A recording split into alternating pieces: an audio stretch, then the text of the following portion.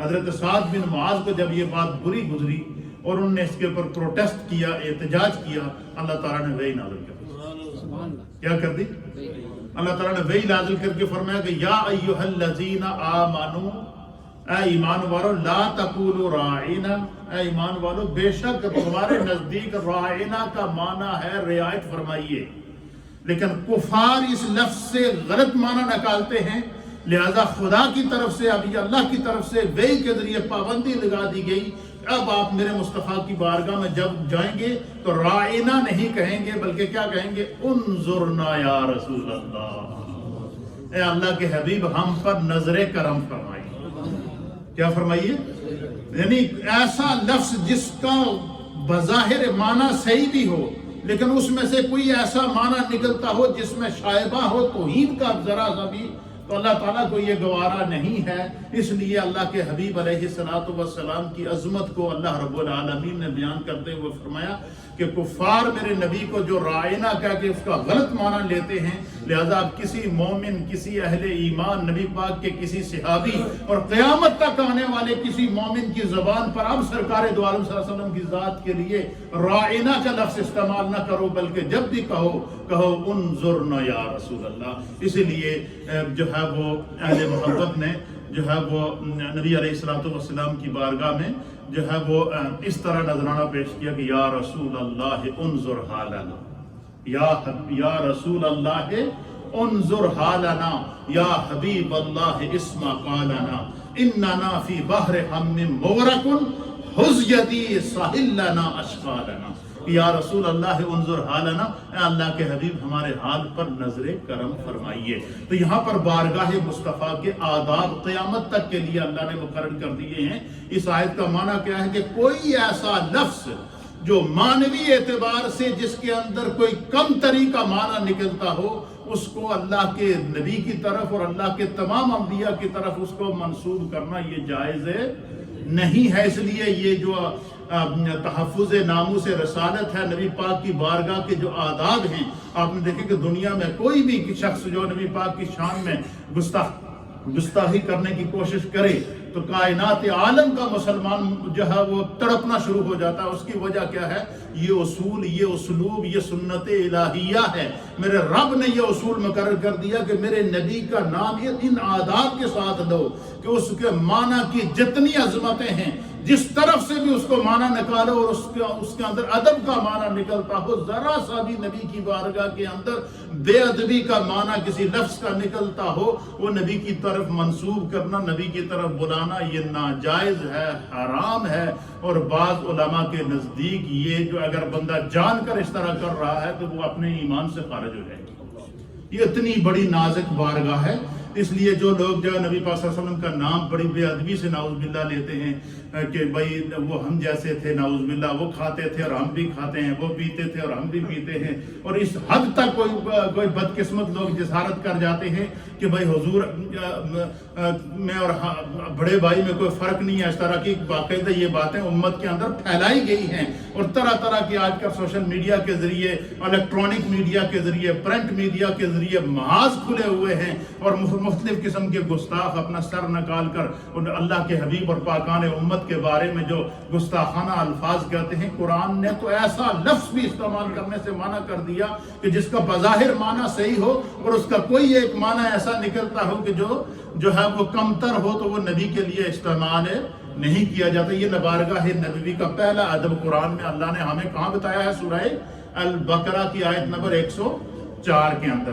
اب بارگاہ نبوی کا دوسرا ادب سماعت فرمائیے، یہ ہے جی سورۃ النساء۔ کون سی سورت ہے؟ پارہ نمبر 5 ہے، پارہ نمبر 5 ہے، سورت کا نام ہے سورہ نساء، اور سورہ نمبر 4 ہے، اور اس کا جو ہے وہ ورس نمبر ہے 64۔ سورہ نساء پارہ نمبر 5، سورہ نمبر 4 اور ورس نمبر 64۔ اس میں اللہ رب العالمین نے ارشاد فرمایا کہ وَلَوْ أَنَّهُمْ إِذْ ظَلَمُوا أَنفُسَهُمْ، فرمایا کہ میرے نبی کے امتیوں، پوری نبی کی قیامت تک کے لیے امت کو مخاطب کر کے اللہ تعالیٰ نے بخشش کا ایک ذریعہ بتایا گناہوں سے معافی کا ایک ذریعہ بتایا اور توبہ کی قبولیت کا ایک ذریعہ بتا دیا. کیا فرمایا؟ وَلَوْ أَنَّهُمْ إِذْ ظَلَمُوا أَنفُسَهُمْ. بارگاہ مصطفیٰ کا ادب دیکھیے. اور یہ ادب کون سکھا رہا ہے؟ میرا رب سکھا رہا ہے. کس کے ذریعے سکھا رہا ہے؟ وحی کے ذریعے سکھا رہا ہے. اور قرآن پاک کا پارہ نمبر کتنا ہے؟ 5. اور سورت کا نام ہے سورہ نساء اور ورس نمبر ہے 64. اللہ فرماتا ہے کہ وَلَوْ أَنَّهُمْ إِذْ ظَلَمُوا أَنفُسَهُمْ. جب تم اپنی جانوں پر ظلم کر بیٹھو. ظلم کیا؟ گناہ کر بیٹھو، معصیت کر بیٹھو، نافرمانی کر بیٹھو، فرائض کو چھوڑ بیٹھو، سنت کو چھوڑ بیٹھو، واجبات کو چھوڑ بیٹھو، سنت مصطفیٰ کو چھوڑ بیٹھو، طریقہ مصطفیٰ کو چھوڑ بیٹھو، عبادت کے اندر غفلت کر بیٹھو، اعمال کے اندر غفلت کر بیٹھو، تلاوت قرآن کے اندر غفلت کر بیٹھو، اپنی زندگی کو کسی نہ کسی ذریعے سے گناہ کے اندر مبتلا کر بیٹھو، تو فرمایا کہ جب بھی توبہ کرو گے اللہ قبول کرے گا. لیکن اگر تم چاہو کہ مجھے اس گناہ سے معافی کی سند مل جائے تو اللہ فرماتا ہے کہ اے میرے محبوب کے امتیوں، پھر میں تمہیں ایک راستہ بتاتا ہوں. وہ کیا؟ فرمایا کہ پھر نیت کرو کہ ہم نے روضہ رسول پر حاضر ہونا ہے، ہم نے بارگاہ مصطفیٰ میں حاضر ہونا ہے، ہم نے حرمین طیبین کا سفر کرنا ہے اور نبی پاک کی بارگاہ میں جا کر جالیوں کے سامنے کھڑے ہو کر رسول اللہ صلی اللہ تعالیٰ علیہ وسلم کو اپنی گناہ کی معافی پر گواہ بنانا ہے کہ یا رسول اللہ، یا حبیب اللہ، میں گناہگار ہوں، میں سیاکار ہوں، میں ڈوبا ہوا ہوں، میں کار مذلت میں پھنسا ہوں اور میں اپنے ہر گناہ کا اعتراف کرتا ہوں اور اس توبہ کے اوپر اے اللہ کے حبیب آپ کو گواہ بناتا ہوں. اس لیے میں سفر کر کے فلاں ملک سے، فلاں جگہ سے، فلاں علاقے سے، فلاں شہر سے آپ کی بارگاہ میں آیا ہوں اور آپ کو گواہ بنا کر میں اللہ کی بارگاہ میں عہد کرتا ہوں کہ میں آئندہ یہ گناہ نہیں کروں گا. آپ میرے ان گناہوں کو اپنی چادر شفاعت کے اندر چھپا لیں. اللہ فرماتا ہے کہ جو بندہ اس عقیدت کے ساتھ، اس احترام کے ساتھ، اس ادب کے ساتھ نبی پاک کی بارگاہ میں حاضر ہو جائے اور اپنے ہر گناہ کا اعتراف کر بیٹھے. کیا کر بیٹھے؟ اپنے ہر گناہ کا اعتراف کر بیٹھے. تو فرمایا کہ وَلَوْ أَنَّهُمْ إِذْ ظَلَمُوا أَنفُسَهُمْ جَاءُوكَ. فرمایا کہ جب تم اپنی جانوں پر ظلم کر بیٹھو تو کیا کرو کہ تم جاؤ کا میرے محبوب کی بارگاہ میں آ جاؤ. فاستغفر اللہ. تو فرمایا کہ پھر اللہ کے حبیب علیہ السلام واستغفر لهم الرسول، رسول اللہ کی بارگاہ میں تم استغفار کرو، سچے دل سے استغفار کرو. فرمایا جب تم نبی کے در پر پہنچ کر سچے دل سے اپنے گناہوں کی توبہ کر لو گے تو کیا ہوگا؟ فرمایا رسول اللہ کی نظر تمہارے دل پر ہوگی، تمہاری نیت پر ہوگی، تمہاری سوچ پر ہوگی، تمہارے تصور پر ہوگی، تمہارے تخیل پر ہوگی. جتنی عقیدت کے ساتھ بندہ نبی پاک کی بارگاہ میں حاضر ہوگا، اللہ فرماتا ہے وَاسْتَغْفَرَ لَهُمُ الرَّسُولُ، پھر میرا محبوب بھی تمہارے لیے اللہ کی بارگاہ میں استغفار کرے گا. کیا کرے گا؟ علماء محدثین و مفسرین نے لکھا کہ یہ حکم قیامت تک کے لیے ہر مومن کے لیے ہے کہ حضور علیہ السلام جس طرح ظاہری حیات میں مدینہ طیبہ میں موجود تھے، اسی طریقے سے اپنی برزخی حیات کے اندر مدینہ طیبہ میں موجود ہیں. اور یہی وجہ ہے کہ اللہ کے حبیب علیہ السلام نے فرمایا کہ جب بھی میرا کوئی امتی چاہے وہ کسی بھی حال میں ہو، کہیں بھی ہو، مشرق میں ہو یا مغرب میں ہو، شمال میں ہو یا جنوب میں ہو، ایسٹ میں ہو یا ویسٹ میں ہو، ساؤتھ میں ہو یا نارتھ میں ہو، ساتوں زمینوں کے نیچے ہو یا ساتوں آسمانوں کے اوپر ہو، حضور نے فرمایا جب بھی کوئی میرا امتی مجھ پر درود پڑھتا ہے، کیا کرتا ہے؟ درود پڑھتا ہے. اللہ کے حبیب فرماتے میرا رب اس کے اور میرے درمیان سے حجابات کو ہٹا دیتا ہے. اللہ دکھاتا ہے کہ محبوب یہ تو دیکھو ان پہاڑوں میں تیرا دیوانہ بیٹھا تم پر درود بھیج رہا ہے. محبوب وہ دیکھو وہ مشرق کے اندر، ایسٹ کے اندر بندہ بیٹھا ہوا ہے اور وہ وہاں پر آپ پر درود پڑھ رہا ہے، آپ ان پر نظر کرم فرمائیے. وہ وسط میں بیٹھا ہوا بندہ آپ پر درود و سلام پڑھ رہا ہے، آپ اس پر نظر کرم فرمائیے. ساؤتھ میں بیٹھا ہوا بندہ آپ پر درود و سلام پڑھ رہا ہے، آپ اس پر نظر کرم فرمائیے. اور جو ہے نارتھ میں بیٹھا ہوا بندہ آپ پر درود و سلام پڑھ رہا ہے، آپ اس پر نظر کرم فرمائیے. حضور نے فرمایا روئے زمین پر میرا کوئی بھی امتی جو ہے جب بھی مجھ پر درود پڑتا ہے تو اللہ تعالیٰ میرے سامنے سے، اس کے سامنے اور میرے سامنے سے حجابات کو ہٹا دیتا ہے۔ سرکار فرماتے میں اس کے درود و سلام کو سنتا ہوں، اس کو پہچانتا ہوں، اس کو جواب دیتا ہوں، اور قیامت کے دن اس کی شفاعت کروں گا۔ یہ بارگاہ مصطفیٰ کا دوسرا ادب کہ بڑے سے بڑا گناہگار بھی نبی پاک کی بارگاہ میں چلا جائے، سچے گناہوں سے توبہ کرے، اور رسول اللہ صلی اللہ تعالیٰ علیہ وآلہ وسلم کو اپنے اعمال کے اوپر جو ہے وہ گواہ بنائے، اور گواہ بنا کر آئندہ گناہ نہ کرنے کی نبی پاک کی بارگاہ میں عہد کرے، تو فرمایا کہ اللہ رب العالمین کیا کرے گا؟ اس کے گناہوں کو معاف کر دے گا۔ رب کریم جو ہے وہ توبہ قبول کرنے والا، وجد اللہ توابا الرحیم۔ فرمایا جس بندے نے اس طرح کیتا کہ نبی پاک دی بارگاہ وچ پہنچ کے اپنے سارے گناہوں تو سچی توبہ کر کے نبی پاک کو اپنا گواہ بنا دیا اور آئندہ گناہ نہ کرنے کا ارادہ کر لیا، اللہ فرماتا ہے میرے مصطفیٰ کی شفاعت کے ساتھ ساتھ اپنے رب کو بھی توبہ قبول کرنے والا اور رحم فرمانے والا پاؤ گی۔ یہ بارگاہ مصطفیٰ کا دوسرا ادب ہے کہ ہم نبی پاک کی بارگاہ میں کیوں جاتے ہیں، ہم مدینہ طیبہ حاضری کیوں دیتے ہیں، ہم در رسول پر کیوں جاتے ہیں، ہم جالیوں کے سامنے باادب طریقے سے کیوں جاتے ہیں۔ ہمارا اعتقاد اور ایمان یہ ہے کہ ہم وہاں جاتے تو اب دیکھیں کہ ایک حدیث کے اندر نبی پاک نے فرمایا کہ جو حاجی حج کرنے کے لیے جائے اور وہ حج کے سارے مناسک کو ادا کر کے، جیسے ہی وہ میدان عرفات سے جو حج کا رکن اعظم ادا کر کے نکلتا ہے، تو فرمایا کہ ولد رجع، جب وہ واپس لوٹتا ہے تو ولدتہ امہ، گویا کہ اس کی ماں نے اسے ابھی جنم عطا فرمایا، اللہ اس کے گناہ کو معاف کر دیتا ہے۔ اور دوسری طرف فرما دیا یہ حرم کعبہ کی فضیلت، اور حرم مصطفیٰ کی فضیلت کیا ہے کہ بندہ وہاں پہنچ جائے، اپنے گناہوں سے سچی توبہ کر کے نبی پاک کی بارگاہ میں عہد کر لے کہ یا رسول اللہ آپ کا غلام آپ کی بارگاہ میں حاضر ہے، آئندہ میں یہ گناہ نہیں کروں گا۔ فرمایا اللہ بھی تمہارے لیے توبہ کے دروازے کھول دے گا، رحمت کے دروازے کھول دے گا، کرم کے دروازے کھول دے گا، اور رب کریم تم پر اپنی مہربانی فرمائے گا، اور جو ہے رسول اللہ تمہارے لیے استغفار کریں گے، اور قیامت کے دن تمہیں اپنی شفاعت سے نوازیں گے۔ یہ نبی پاک کی بارگاہ کا دوسرا ادب ہے کہ بڑے سے بڑا گناہگار بھی ہو، سچی توبہ کرنے کے لیے رسول اللہ کے در پر حاضر ہو جائے۔ فرمایا علماء نے لکھا کہ نبی پاک کے وصال کے بعد نبی پاک کی بارگاہ کے حاضری کے وہی آداب ہیں جو نبی پاک کی ظاہری حیات کے اندر جو آپ کے سامنے صحابہ اکرام کو جو آداب تھے۔ اس لیے جو ظاہر وہاں پر جائیں، اہل ایمان جائیں تو اپنے دل کو، اپنی روح کو، اپنے تصور کو، اپنے تخیل کو جو ہے اللہ تعالیٰ کی بارگاہ کے اندر پیش کریں۔ یہ قرآن کریم فرقان مجید کا جو ہے وہ سورۃ النساء 5واں پارہ اور اس کی آیت نمبر ہے 64، جس کے اندر یہ ادب بارگاہ مصطفیٰ بتایا گیا۔ پھر اسی طریقے سے قرآن حکیم فرقان مجید کا پارہ نمبر ہے 26۔ کتنا نمبر پارہ ہے؟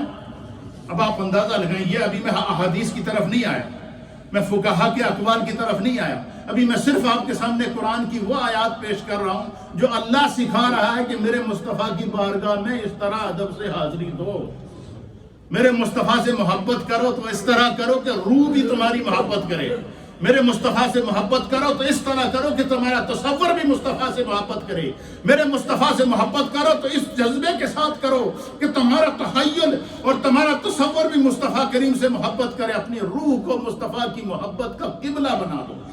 فرمایا کہ جب اس طرح تم میرے معبود کی بارگاہ میں جاؤ گے تو فرمایا کہ پھر تمہیں رسول اللہ صلی اللہ تعالیٰ علیہ وسلم اپنی چادر شفاعت کے اندر لے لیں گے، تمہارے گناہوں کے اوپر خدا پردہ ڈال دے گا، اور وہ پردہ بھی کسی اور کا نہیں ہوگا، وہ چادر شفاعت مصطفیٰ کا پردہ ہوگا۔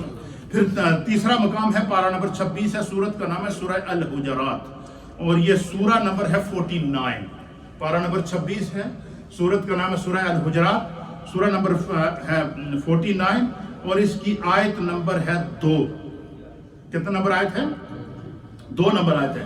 اس میں اللہ رب العالمین، اس کی پہلی آیت کے اندر بھی اللہ رب العالمین کے رسول کے آداب سکھائے گئے ہیں کہ اپنے آپ کو نبی سے آگے بڑھانے کی کبھی کوشش نہ کرنا، نبی سے سبقت لے جانے کی کوشش نہ کرو، اور اللہ سے ڈرتے رہا کرو، پہلی آیت کے اندر۔ اور دوسری آیت میں فرما دیا یا ایھا الذین آمنوا۔ سورہ حجرات کا آغاز ہی ہوتا ہے یا ایھا الذین آمنوا لا تقدموا بین یدی اللہ ورسولہ واتقوا اللہ ان اللہ سمیع علیم۔ فرمایا کہ اے ایمان والو جو ہے وہ اللہ اور اس کے رسول پر سبقت نہ کرو، اللہ سے ڈرتے رہو، بے شک اللہ تعالیٰ سننے والا اور جاننے والا ہے۔ اور دوسری آیت میں ادب سکھا دیا، کیا ادب سکھایا؟ فرمایا یا ایھا الذین آمنو، اے ایمان والو، لا ترفعوا اصواتکم، اپنی آوازوں کو نبی کی آواز سے بلند نہ کرو۔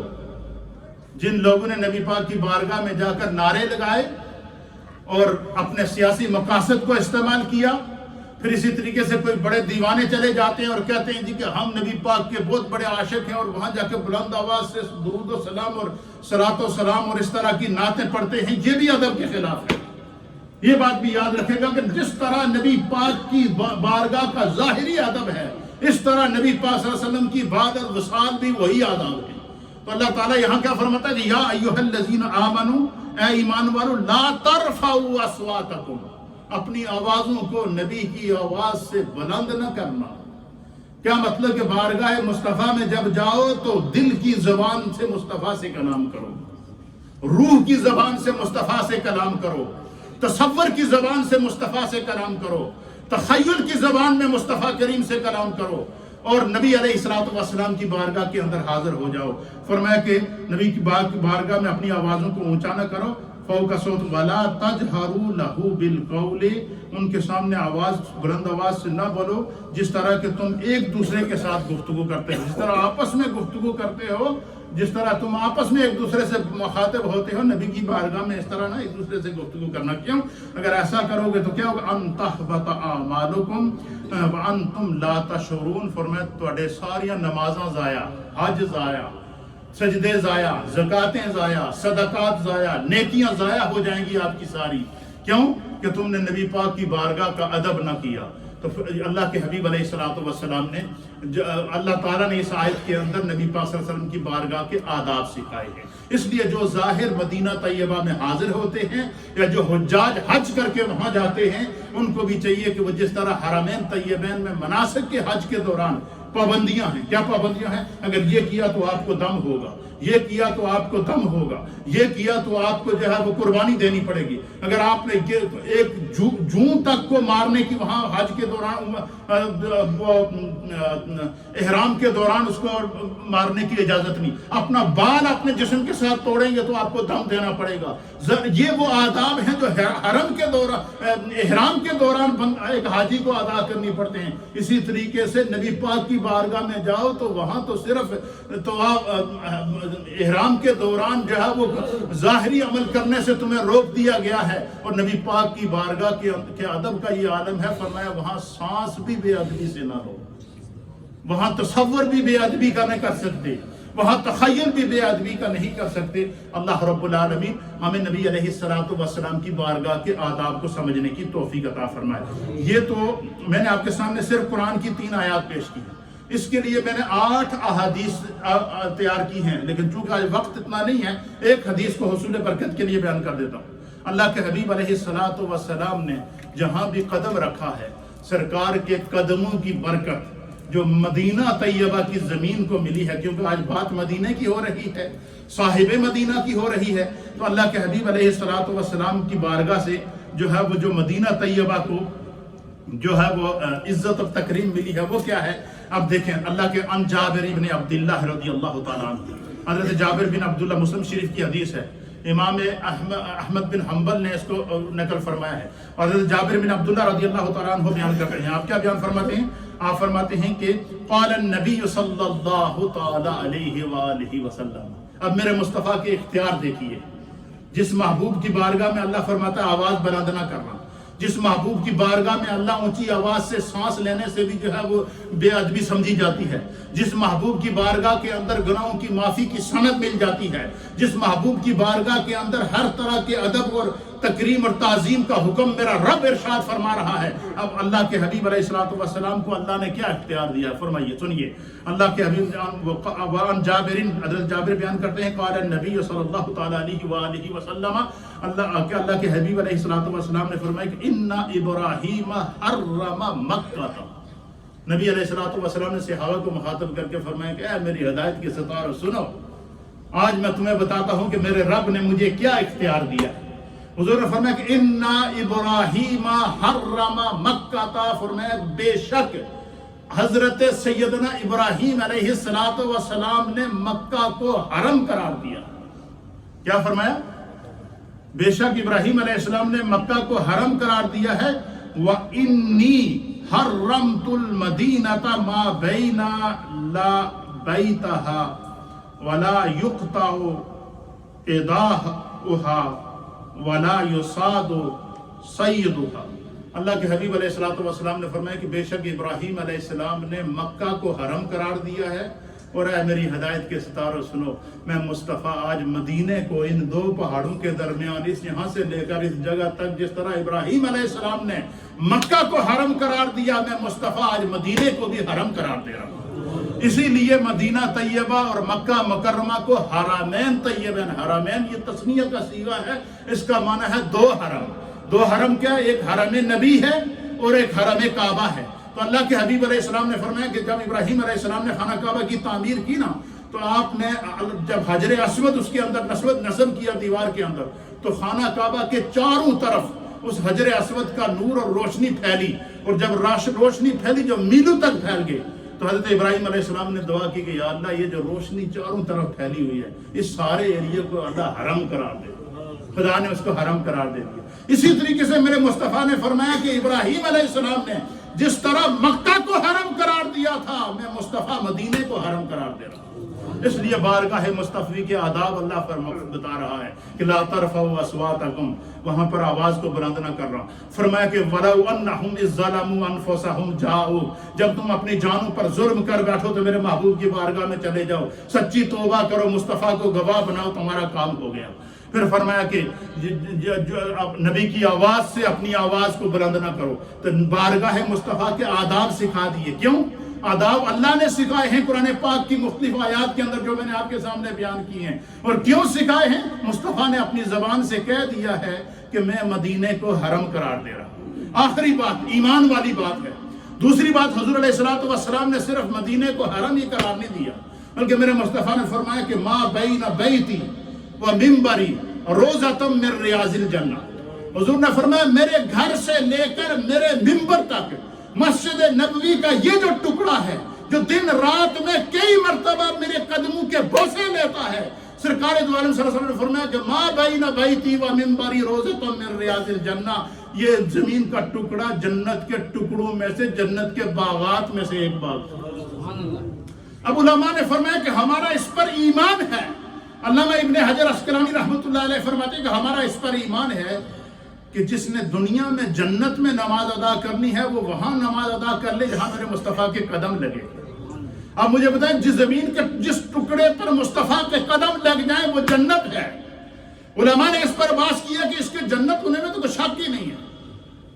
اس کے جنت ہونے میں کوئی شک ہی نہیں ہے، اور اس لیے نہیں ہے کہ حضور نے اس کو جنت قرار دے دیا ہے. اللہ رب العالمین ہمیں آداب مدینہ کو سمجھنے کی توفیق عطا فرمائے. ہماری اس علاقے کے MP ہیں جناب